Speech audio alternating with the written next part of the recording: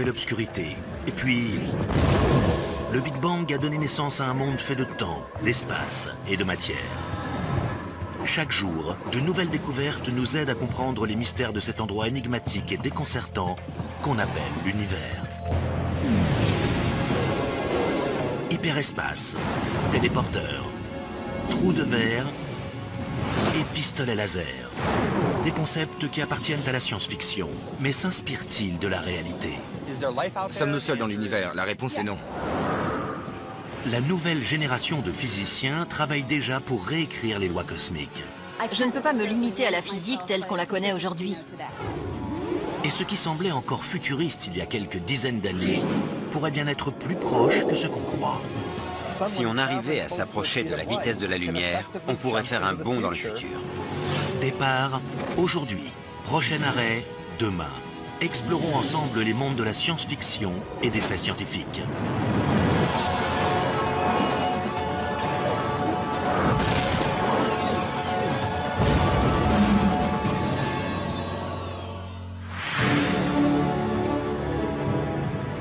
La science-fiction s'intéresse aux nouvelles formes de vie, aux civilisations extraterrestres et aux galaxies lointaines.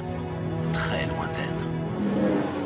Un futur incroyable fait de voitures volantes et de rayons laser semble aujourd'hui être le mirage d'un lendemain qui n'est jamais venu.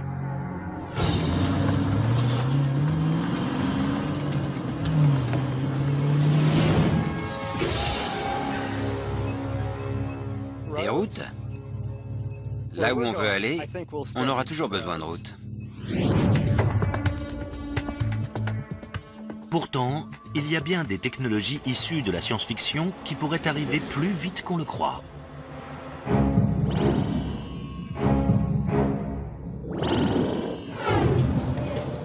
En retard pour un rendez-vous?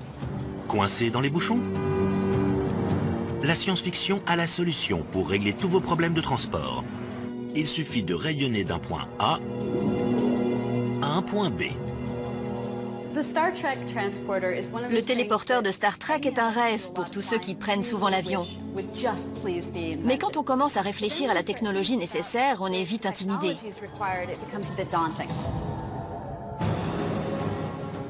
Dans Star Trek, ce qu'on voit dans la série, c'est que le téléporteur fonctionne en déplaçant une personne atome par atome et en convertissant ces atomes en énergie qu'on projette vers une destination avant de réassembler tous ces atomes qui composent la personne une fois arrivé à destination.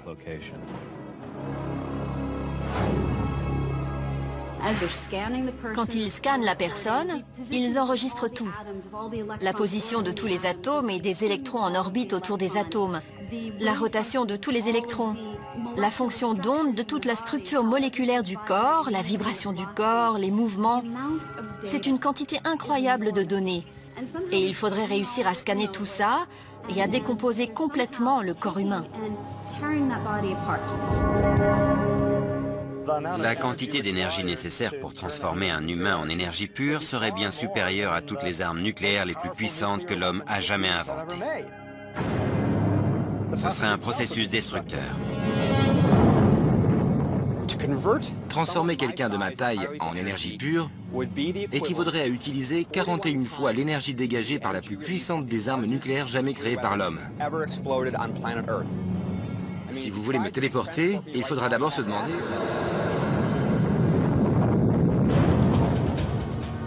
Mais qu'est-ce qui ressort de l'autre côté du téléporteur? Est-ce que c'est vous ou votre réplique parfaite? Est-ce qu'il décompose et recompose une personne? Ou est-ce qu'il décompose une personne, stocke l'information et recrée une toute nouvelle personne? C'est une question intéressante. Est-ce que le téléporteur vous tue et crée un clone? Ou est-ce qu'il réussit à vous préserver et à vous transporter jusqu'à destination? Si vous me dites qu'on vous a décomposé atome par atome et qu'on vous a converti en flux d'énergie avant de vous réassembler à un autre endroit, je ne vois pas en quoi c'est différent que de vous tuer et de vous ressusciter. C'est peut-être un appareil tout droit sorti de la science-fiction, mais l'armée américaine s'intéresse aujourd'hui aux possibilités qu'offrirait la technologie du téléporteur. l'Air Force a commissionné une étude pour examiner le futur des systèmes de transmission de matière. Sans surprise, ils ont rencontré de nombreux obstacles. Développer un téléporteur qui fonctionne, ce n'est pas gagné. Un des plus gros problèmes rencontrés vous sera peut-être familier si vous avez un ordinateur. Pas assez d'espace disque. Oubliez les mégas et les gigas. L'information générée par le scanner d'une seule personne représenterait des milliards de téraoctets.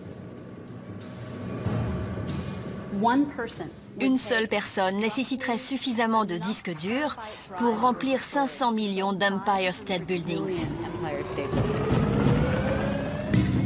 L'autre question, c'est de savoir si le fait de stocker les données d'une personne implique de la téléporter immédiatement. Que se passerait-il si on voulait la dématérialiser, stocker l'information et la conserver pendant 50, 100 ou 5000 ans? Du point de vue de cette personne, ce serait un voyage dans le temps. Si les améliorations en termes de stockage de données continuent au rythme actuel, on pourrait imaginer l'existence d'un disque dur suffisamment grand pour satisfaire la demande d'ici 2 à 300 ans. Une des dernières barrières à la construction d'un téléporteur de matière est une propriété fondamentale de la physique quantique, connue sous le nom du principe d'incertitude de Heisenberg. Après la diffusion des premiers épisodes de Star Trek, beaucoup de physiciens ont remis en question la technologie du téléporteur. Un des plus gros problèmes dont on a discuté concernait le fait qu'il est impossible de connaître avec précision la localisation et la quantité de mouvement d'un atome ou d'une particule subatomique. Plus on sait où se trouve quelque chose, moins on sait à quelle vitesse ça se déplace, et vice-versa. Si on prend en photo un carrousel, on peut tout de suite voir où ce manège se trouve par rapport à ce qui l'entoure. Mais tout ce qui se trouve sur le carrousel est un peu flou sur la photo. Quand on essaie de réassembler les petits morceaux qui composent une image quantique d'un capitaine Kirk tout juste dématérialisé, la dernière chose dont on veut entendre parler, c'est de l'incertitude quantique d'Heisenberg. Dans Star Trek, la nouvelle génération, un de nos conseillers techniques, Mike Okuda, a eu l'idée d'inventer un compensateur d'Heisenberg, c'est-à-dire un composant du téléporteur qui s'occupe de régler ce petit problème. Je me suis toujours dit que c'était une solution très maligne à l'un des plus grands obstacles à la construction d'un téléporteur. Le téléporteur tombait en panne de temps en temps et généralement ce n'était pas bon pour celui qui se faisait téléporter. Si certaines données étaient perdues pendant le voyage et que vous vous retrouviez sans yeux ou sans cerveau, ce serait vraiment catastrophique. Vous pourriez y laisser un peu de votre ADN. Et même si votre corps possède des mécanismes de réparation pour l'ADN, à force de voyages répétés, vous pourriez développer des cancers ou des déformations, ou toutes sortes de maladies que vous n'auriez pas vraiment envie d'attraper. Des super-ordinateurs gigantesques, des compensateurs d'Heisenberg, des scanners quantiques. Tout ça appartient à la science-fiction. Alors comment faire de tout ça une réalité? Il faut se tourner vers le surnaturel. Einstein l'appelait l'action surnaturelle à distance. C'est l'univers bizarre de l'intrication quantique. En gros, deux particules peuvent interagir de manière à ce que, quand elles sont séparées, l'état de l'une affecte directement celui de l'autre. En utilisant cette propriété d'intrication, on peut manipuler une des deux pour influencer sur l'état de l'autre instantanément. C'est le truc le plus dingue qu'on trouve dans la mécanique quantique.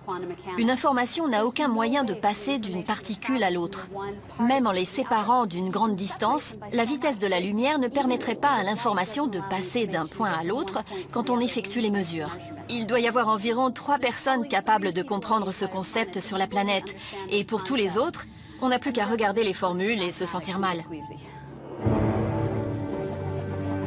Les scientifiques ont déjà prévu de tester cette action surnaturelle d'intrication en transmettant une information entre le sol et l'orbite basse terrestre. Le premier téléporteur de l'histoire humaine. Cette technologie pourrait être utilisée dans le développement d'une nouvelle génération de superordinateurs. Des machines qui pourraient un jour être assez rapides pour réaliser les calculs complexes nécessaires pour construire un téléporteur plus sophistiqué. Je sauterais tout de suite dans un téléporteur si j'étais sûr de pouvoir rentrer chez moi après et voir ma famille. Ce serait un voyage incroyable.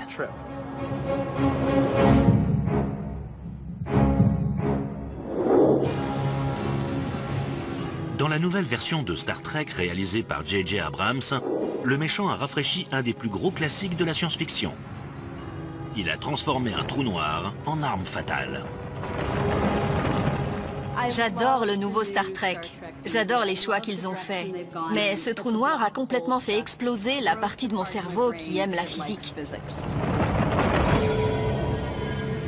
Les trous noirs sont des régions spatiales où la matière est énormément compressée et où la gravité est si forte que rien, pas même la lumière, ne peut s'échapper. Si on pouvait larguer un trou noir dans le noyau de la planète, elle disparaîtrait. Ce serait l'implosion. On ne peut pas contrôler un trou noir, parce que si on essaie de le manipuler, il implose aussi. Dans le film de Star Trek, il y a une forme exotique de matière qu'ils appellent la matière rouge, et qu'ils utilisent pour former un trou noir à l'intérieur du noyau d'une planète existante. On ne peut pas vraiment transformer une planète en un trou noir en utilisant de la bouillie rouge. C'est tout simplement impossible. Bien sûr, dans les faits, les trous noirs sont aussi une source d'inquiétude. Notre quête de connaissances pourrait bien nous mener à la destruction de la planète qui serait aspirée par la gueule insatiable d'un trou noir que nous aurions créé.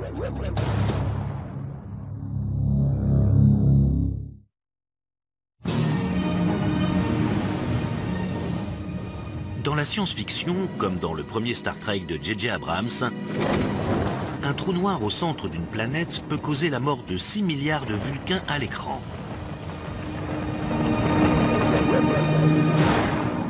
Cette planète serait absorbée dans la masse du trou noir. Elle serait réduite en morceaux et disparaîtrait de notre univers pour toujours. C'est un peu la pire de toutes les armes fatales.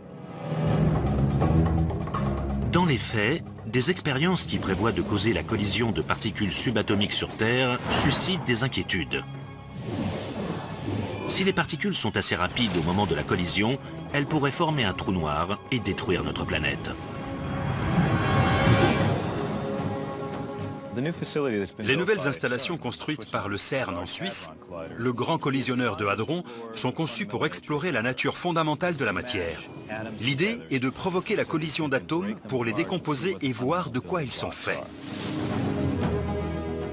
Par exemple, ils veulent trouver ce qu'on appelle le boson de Higgs, qui est censé donner la masse de toutes les autres particules. Mais ils pourraient aussi produire des trous noirs miniatures.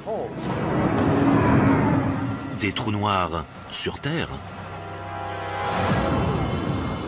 L'homme perçoit les trous noirs comme d'énormes vortex tourbillonnants qui aspirent la matière et dont rien, pas même la lumière, ne peut s'échapper. Et l'idée qu'on puisse en former un en Suisse a sonné l'alarme. Mais les scientifiques ont rassuré le public. Les trous noirs qui pourraient se former seraient microscopiques. De tout petits trous noirs, qui s'évaporeraient instantanément mais existeraient quand même pendant très peu de temps. La probabilité pour que cela arrive est très faible. Et même si on parvenait à créer un trou noir microscopique, ce n'est pas le genre de chose qui réussirait à atteindre le centre de la Terre et à dévorer notre planète de l'intérieur. Comment grandit un trou noir? Il faut penser à un bâtonnet qu'on fait tourner dans une machine à barbe à papa.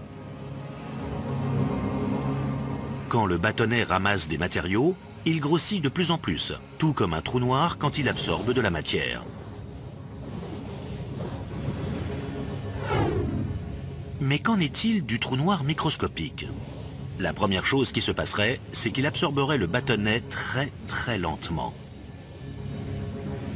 En fait, en un an, un tout petit trou noir microscopique énervé et affamé pourrait manger une centaine de protons. Et pendant qu'il avale le bâtonnet, le trou noir s'évapore plus vite qu'il n'absorbe les matériaux pour grossir, ce qui provoque sa disparition.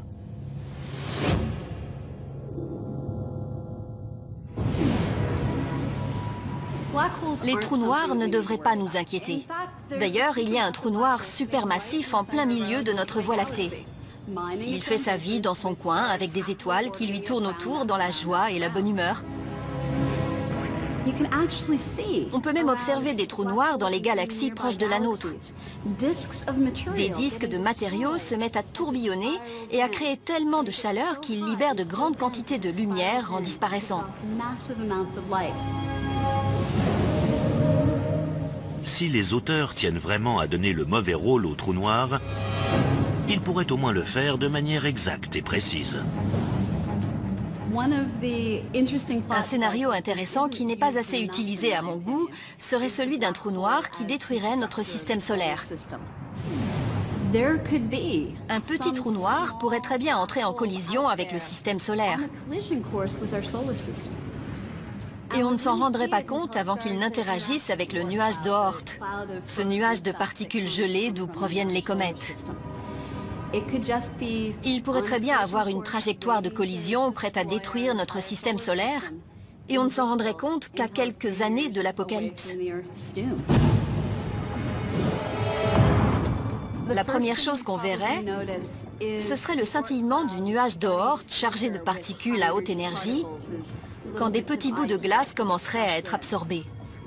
Après, on remarquerait que les orbites externes du système solaire sont déformées et que leur déformation augmente en modifiant l'orbite de la Terre selon la position du trou noir.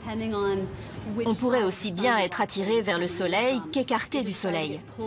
Ça ferait qu'on mourrait soit à cause du feu, soit à cause de la glace. Mais bon, personnellement, je trouve que ni l'un ni l'autre n'est très sympa.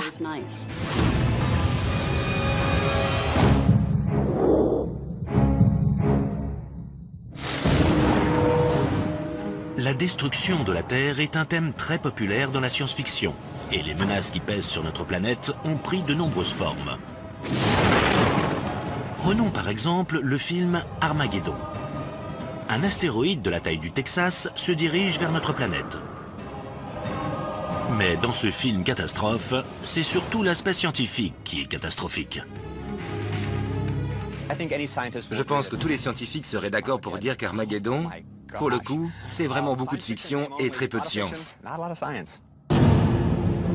La manière dont ils ont décrit cet astéroïde qui allait entrer en collision avec la Terre et la façon dont ils ont géré la menace en envoyant une navette spatiale pour utiliser une explosion nucléaire, c'était ridicule. Le problème, c'est que plutôt que d'avoir un seul astéroïde qui détruirait une partie de la planète, on aurait des milliers, voire des millions de morceaux d'astéroïdes qui détruiraient plusieurs parties de la planète.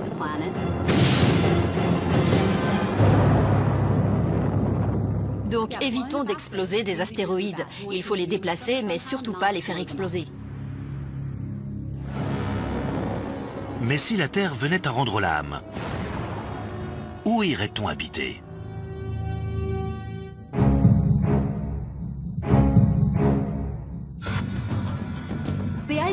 L'idée de terraformation, c'est d'abord de prendre une planète comme Mars, qui n'est pas capable pour le moment d'abriter la vie qui pourrait se promener à sa surface, et ensuite d'altérer l'environnement et la planète pour pouvoir permettre à l'homme d'y vivre une existence normale.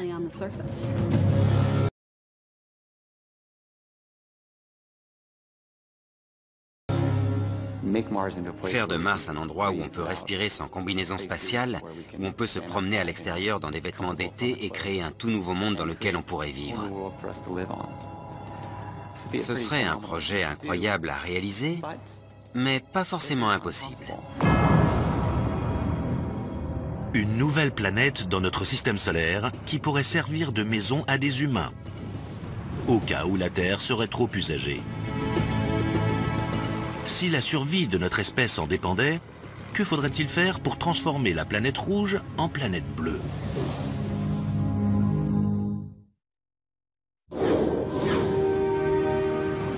Mars est une planète rouge, désolée et stérile. Des plaines glacées et des falaises abruptes, une couche de permafrost sous la surface, de gigantesques volcans et des lits de rivières secs qui témoignent du passé aquatique de la planète. Mars est très similaire à la Terre, et c'est pour ça que l'idée de sa terraformation est très présente dans la science-fiction. Mais pour que Mars vive et respire à nouveau, ce terrain vague glacé va devoir subir un énorme réchauffement climatique. L'ingrédient clé de la terraformation de Mars, c'est de sortir tout le dioxyde de carbone solide de la planète pour le mettre dans l'atmosphère. Ça créerait des pressions plus élevées, mais aussi un effet de serre et l'augmentation des températures. Ce serait déjà un grand pas pour rendre la planète habitable. Une des calottes polaires de Mars est principalement constituée de dioxyde de carbone gelé. Donc, si on pouvait réchauffer cette calotte polaire et libérer tout ce dioxyde de carbone dans l'atmosphère, on pourrait commencer à épaissir cette atmosphère et ce serait le premier pas vers la terraformation. On pourrait par exemple lancer tout un tas de satellites qui recueilleraient de l'énergie solaire et la dirigeraient vers Mars. Elle serait absorbée par la surface et provoquerait l'évaporation de ces glaces, ce qui les transformerait en gaz atmosphériques. On pourrait aussi mettre un tas de matière sombre dans les calottes polaires de Mars. Cette matière sombre absorberait le rayonnement solaire au lieu de le réfléchir, ce qui réchaufferait le matériau et ferait fondre les glaces qui se trouveraient en dessous avant de s'évaporer. Mais si on veut vraiment terraformer Mars, il y a un ingrédient qu'on ne peut pas laisser de côté. La Terre possède un champ magnétique assez puissant. C'est lui qui nous protège des vents solaires. Les particules chargées qui s'échappent du Soleil sont gardées à distance de la Terre, grâce au champ magnétique. Mars n'en a pas. À sa surface, on serait sans arrêt affecté par le rayonnement du Soleil. Les vacances sur Mars, c'est encore de la science-fiction. Mais l'humanité s'approche de plus en plus du jour où les navettes pourront quitter la Terre pour se promener dans le système solaire.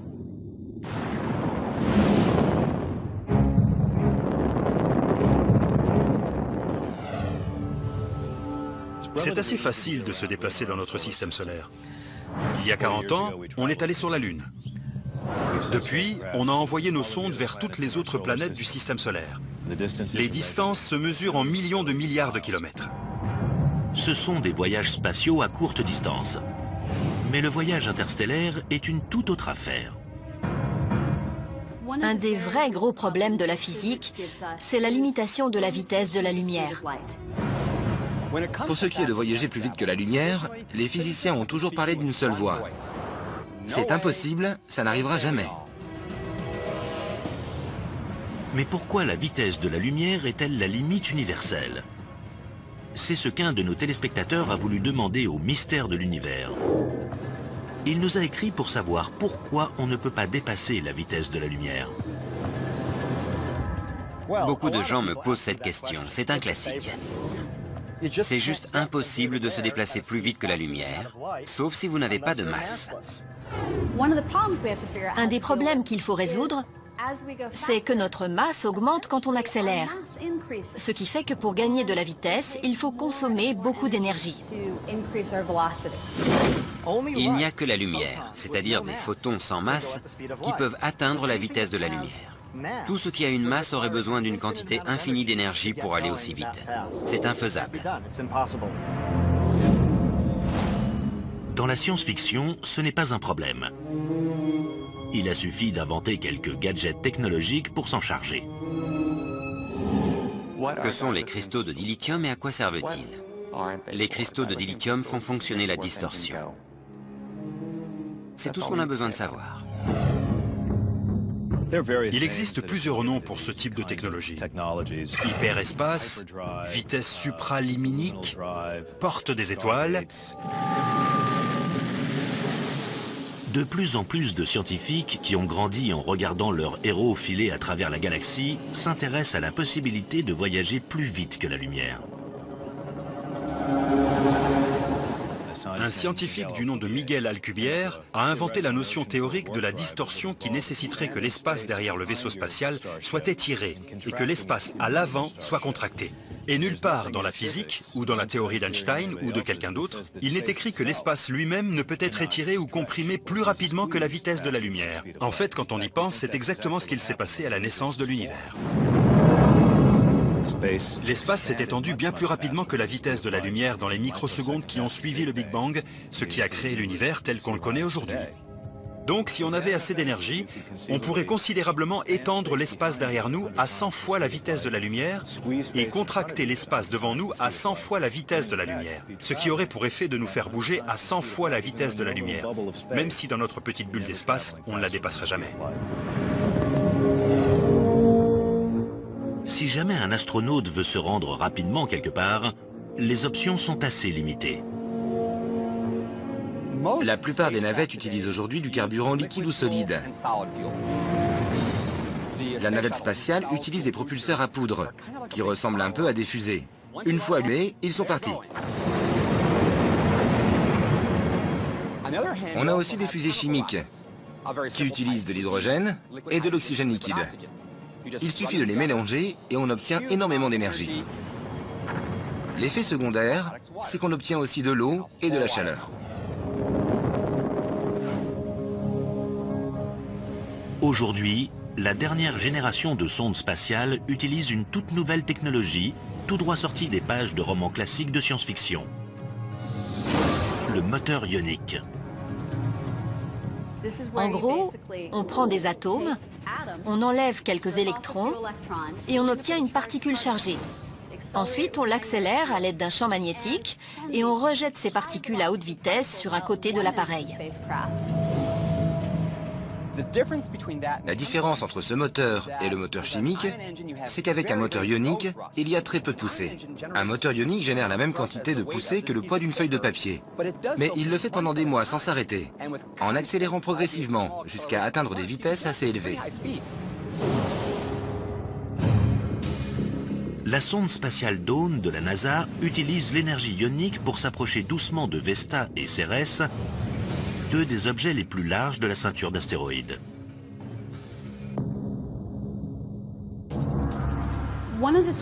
Une des choses qui rendent le moteur ionique si puissant, c'est que c'est le carburant le plus efficace dans l'espace, là où il n'y a pas de friction.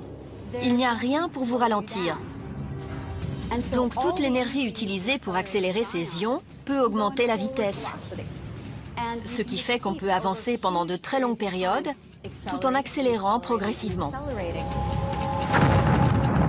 Les fusées chimiques traditionnelles sont rapides, bruyantes et brûlantes.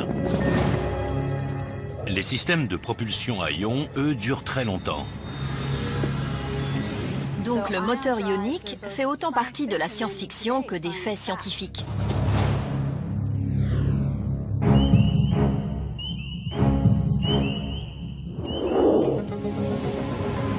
Entre les sondes spatiales qui sortent de notre système solaire et les ondes radio et télé qui nous ont déjà quittés depuis longtemps, l'homme annonce sa présence dans l'univers. On a envoyé des missions avec des enregistrements de sons de rire ou de battements du cœur, avec des schémas de l'homme et de la femme. Ce sont des ambassadeurs physiques qu'on a envoyés dans les étoiles. Carl Sagan a posé cette question il y a quelques années. Qui parle au nom de la Terre? Au fond, je crois qu'on parle tous au nom de la Terre. Et j'aurais bien aimé qu'on fasse un peu plus attention et qu'on réfléchisse un peu plus au genre de messages et d'idées qu'on envoie dans l'espace avec nos programmes radio et télé. Jusqu'ici, nos communications sont restées sans réponse. Mais si ce n'était pas toujours le cas? La science-fiction est pleine d'histoires sur ce qui arrivera quand les extraterrestres seront parmi nous. Je suis sûr qu'on trouvera de la vie dans l'espace. Et si ça arrivait, aurions-nous une chance? Ou sommes-nous destinés à être exterminés par une intelligence extraterrestre avancée?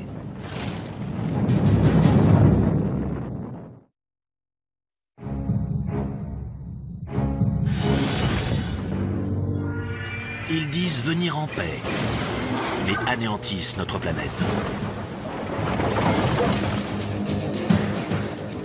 Depuis les tout premiers écrits de science-fiction, certains thèmes sont très récurrents, mais peut-être jamais autant que celui-ci. Les invasions extraterrestres. Des hordes d'aliens qui débarquent sur Terre et qui sèment le chaos, D'un point de vue narratif, c'est beaucoup plus intéressant que des gentils aliens qui arrivent et qui règlent tous nos problèmes. Je pense que tout a commencé avec La Guerre des mondes d'H.G. Wells, un roman qu'il a écrit comme une critique de la colonisation britannique de l'époque. Le film District 9 s'intéresse au fait que l'humanité est par nature méfiante, voire raciste de bien des manières à l'encontre des choses qu'elle ne comprend pas. Et dans le cas des extraterrestres, il n'y a rien qu'on ne comprend moins que la vie sur les autres planètes.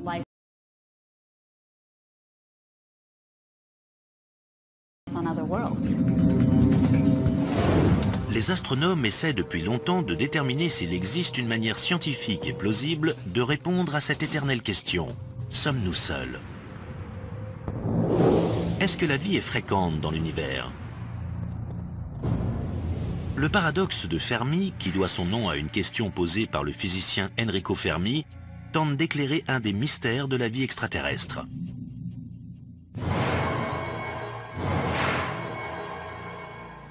Si des formes de vie intelligente existent partout dans l'univers, alors où sont-elles? Si elles ne sont pas ici, elles ne sont sûrement nulle part. Donc, je crois que soit nous sommes uniques, ce qui est une idée assez folle, soit les formes de vie intelligentes sont assez rares. La question peut être inversée. Pourquoi ne nous ont-ils pas détectés?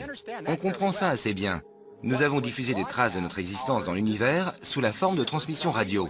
Nous avons vraiment couvert le spectre électromagnétique des ondes radio depuis les années 20, avec des quantités raisonnables et détectables d'informations. Ce qui veut dire que nos émissions ont rayonné vers l'extérieur à la vitesse de la lumière pour s'éloigner d'environ 90 années-lumière. Donc, on a un rayon de 90 années-lumière autour de nous, dans lequel des civilisations d'autres planètes peuvent nous détecter. Notre galaxie mesure 100 000 années-lumière. Donc s'il y avait des centaines, voire des milliers de civilisations là-haut, peut-être que seuls une ou deux ont réussi à nous détecter. Et ils n'ont même pas encore eu le temps de répondre au message. Un autre problème possible, la perte du signal. Quand les ondes radio s'éloignent de la Terre, elles tombent dans l'intensité et finissent par se mélanger au décor cosmique. Pour qu'un habitant d'une autre planète entende nos transmissions, il faudrait sûrement qu'il ne soit pas très loin. Combien de civilisations pourraient donc être en train d'écouter nos émissions et nos rediffusions? C'est une question à laquelle l'astronome Frank Drake a tenté de répondre. Il y a environ 50 ans, Frank Drake, un radioastronaute, étudiait la possibilité de la vie dans l'univers. Il a lancé le premier programme SETI, qui consistait à utiliser un télescope radio pour tenter de capter des signaux provenant d'autres étoiles. Drake s'est demandé, bon, quelles sont mes chances de succès? Combien de civilisations pourrais-je trouver dans notre galaxie? Comme tout bon astronaute qui se respecte, il a fait un rapide calcul et a créé une équation qui disait en gros, voilà comment calculer le nombre de civilisations dans notre galaxie. Combien d'étoiles de notre galaxie peuvent avoir des planètes similaires à la Terre? Combien de ces étoiles ont des planètes similaires à la Terre? Et sur combien de ces exoplanètes la vie s'est-elle développée, etc. Si vous êtes optimiste, vous trouverez qu'il existe des tas de civilisations intelligentes dans notre Voie lactée. Si vous êtes pessimiste, par contre, vous pourrez facilement trouver qu'une seule galaxie comme la nôtre sur 1 million peut abriter une vie intelligente. Donc si vous êtes pessimiste, autant dire qu'on est tout seul dans la Voie lactée. Si une grande armée d'extraterrestres belliqueux se dirigeait vers nous, quelles seraient les meilleures défenses de la Terre? Une des choses qui nous sauvera, c'est que les voyages spatiaux sont lents. On les verra arriver à l'avance. Et on aura quelques jours pour se préparer pendant qu'ils traverseront le système solaire en ressemblant à un astéroïde ou à une comète. En arrivant ici, la grande question est de savoir ce qu'ils feront. Est-ce que ce sera comme dans Independence Day et qu'ils menaceront toutes les grandes villes et leurs habitants, ou est-ce qu'ils se contenteront d'atterrir pour nous offrir des livres et des médicaments?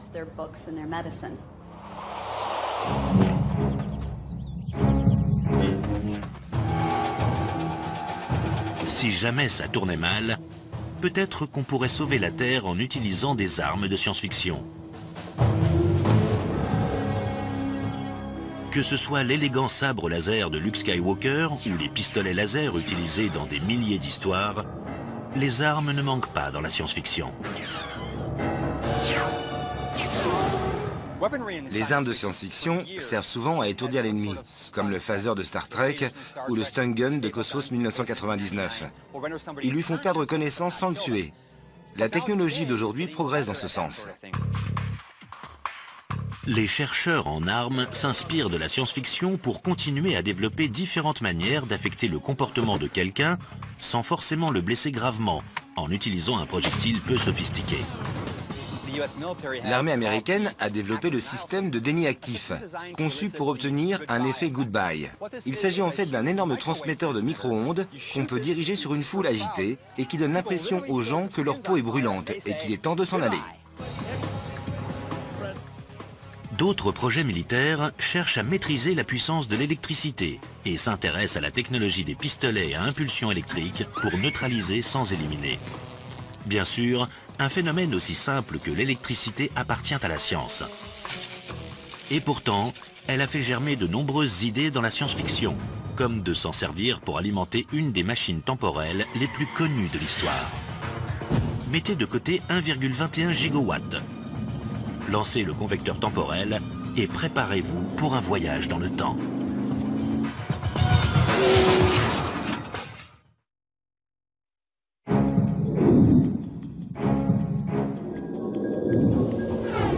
Le voyage temporel. C'est vraiment possible, selon deux des plus grands esprits scientifiques du XXe siècle. Albert Einstein, dont les célèbres équations n'ont jamais écarté la possibilité des voyages dans le temps, et le docteur Emmett Brown, inventeur du convecteur temporel. La différence entre les deux? La machine d'Einstein ne va que dans une direction et s'appuie sur des tas de preuves scientifiques. On sait grâce à la relativité restreinte et à la relativité générale que les voyages dans le temps sont tout à fait possibles, c'est notre futur. Si on se déplaçait à la vitesse de la lumière et qu'on rentrait chez nous ensuite, on se rendrait compte que les gens sur Terre ont vieilli beaucoup plus vite que nous. La relativité permet les voyages temporels. Buck Rogers, au XXVe siècle, l'avait compris. Andromède l'avait compris. La machine de Doc permet de remonter dans le temps et d'aller dans le futur. Mais selon les lois de la physique, c'est impossible. Ou est-ce vraiment le cas? Retourner dans le passé ne semble pas violer les lois fondamentales de la physique. D'ailleurs, certains physiciens ont déjà imaginé des plans qui pourraient nous permettre de le faire. On pourrait tourner d'une certaine manière autour d'un trou noir ou transformer des trous de verre en machines temporelles. Si on prend un côté d'un trou de verre et qu'on l'accélère jusqu'à la vitesse de la lumière, puis qu'on l'envoie à plusieurs centaines d'années-lumière avant de le ramener à son point de départ, alors ce côté du trou de verre existe de manière permanente dans le passé de l'autre côté. Donc, a priori, en traversant ce trou de verre, on pourrait retourner dans le passé. Ça a l'air facile. Mais les scientifiques disent qu'il n'existe aucun moyen de stabiliser le champ d'énergie pour créer un tel trou de verre. Un autre problème subsiste. En retournant dans le passé, on risque de provoquer un paradoxe. Le paradoxe du grand-père dans les voyages temporels, c'est quand on retourne dans le temps et qu'on tue son grand-père avant que son père ou sa mère ne soient nés. Ça voudrait dire qu'on ne pourrait pas être né. Mais alors comment aurait-on pu retourner dans le temps et tuer son grand-père? C'est un paradoxe logique. D'autres personnes ont dit qu'il y avait peut-être un moyen d'éviter le problème. Il y a une certaine vision de la mécanique quantique qu'on appelle la théorie des mondes multiples. Une des nombreuses interprétations de la mécanique quantique prétend que chaque fois qu'on prend une décision, l'univers se divise. Chaque fois que j'envoie un photon de lumière à travers une fente et qu'il part dans une direction, il y a un autre univers dans lequel la lumière va dans l'autre direction. Chaque fois que je renverse mon café dans cet univers, il y a un autre univers dans lequel il ne lui arrive rien. Selon la théorie des mondes multiples, tout ce qui aurait pu arriver est arrivé quelque part. Et tout ce qui aurait pu être se trouve quelque part dans le multivers. Et c'est comme ça qu'on obtient une infinité d'univers qui se séparent d'une autre à chaque seconde de chaque jour, de chaque année. Si c'est le cas, on peut dire qu'en voyageant dans le temps, On pourrait toujours tuer son grand-père et être en vie, parce qu'on se trouverait, en fait, dans un univers différent. Si les voyages dans le temps sont possibles, une chose est sûre, ça demandera beaucoup d'énergie.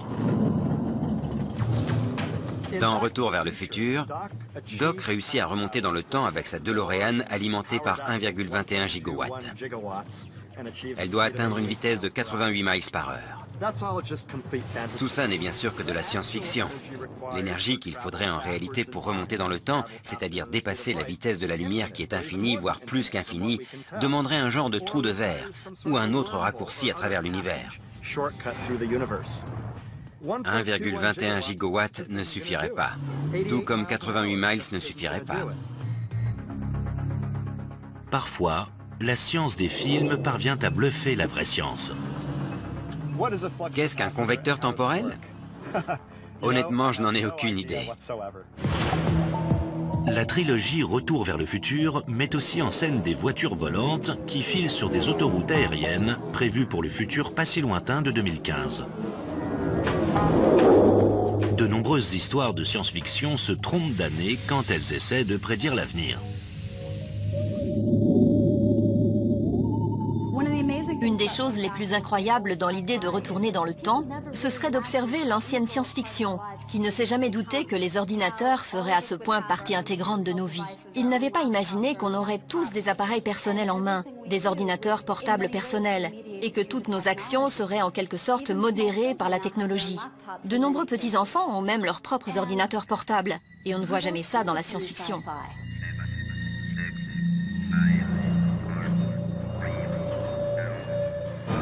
D'une certaine manière, les frontières entre les univers de la science et de la science-fiction deviennent de plus en plus floues avec le temps. Après tout, Kirk et Spock ne sont pas les seuls à avoir des appareils de télécommunication de poche qui permettent de parler à n'importe qui sur la planète. Bormanis à Grazier, vous pouvez entrer. Pour ce qui est des technologies de communication... Excusez-moi. Pas maintenant, André, je suis occupé. La communication est un domaine dans lequel la science a dépassé la fiction. Les téléphones à clapet qui s'ouvrent comme le commutateur original possèdent en fait plus d'options que lui. Vous avez déjà vu Monsieur Spock jouer à Tetris? Vous avez déjà vu le capitaine Kirk s'interrompre à cause d'un texto? Non. La science a dépassé la science-fiction. Ce qui semblait miraculeux il y a 40 ans se trouve dans toutes nos poches aujourd'hui. La science-fiction, c'est le côté rêveur de la science. C'est l'imagination. Mais la science ne pourrait pas exister sans imagination. Elle a besoin d'inspiration. Elle a besoin de ces moments de Eureka. Et je crois que la science-fiction contribue à créer ces moments pour les scientifiques. À chaque décennie, des créateurs d'histoires incroyables et futuristes repoussent les limites de l'imagination. C'est parce que l'homme se posera toujours des questions sur ses lendemains, même après qu'ils soient arrivés. C'est un paradoxe qui convient parfaitement aux univers mêlés de la science-fiction et des faits scientifiques.